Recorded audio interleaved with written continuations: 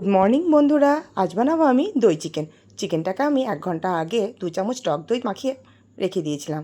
ওর মধ্যে আদা রসুন বাটা, পরিমাণ মতো লবণ আর গোলমরিচ গুঁড়ো দিয়ে সর্ষের তেলে চিকেনের পিসগুলো আমি ভেজে নেব। ওই তেলের মধ্যে গোটা গরম মশলা, পেঁয়াজ কুচি দিয়ে হালকা করে ভেজে নেব।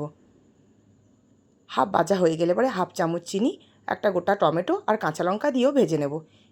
এবার আদা রসুন বাটা, গোলমরিচের গুঁড়ো, জিরে গুঁড়ো, ধনে গুঁড়ো আর লঙ্কার গুঁড়ো দিয়ে মশলাটা আমি কষিয়ে নেব। মশলাটা কষানো হয়ে গেলে পরে ভেজে রাখা চিকেন আর আলু দিয়ে দেব।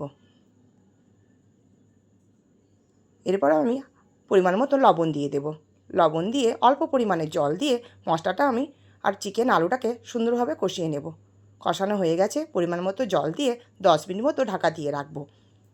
ঢাকা খুলে ওর মধ্যে 2 চামচ টক দই ফাটিয়ে দিয়ে দেব।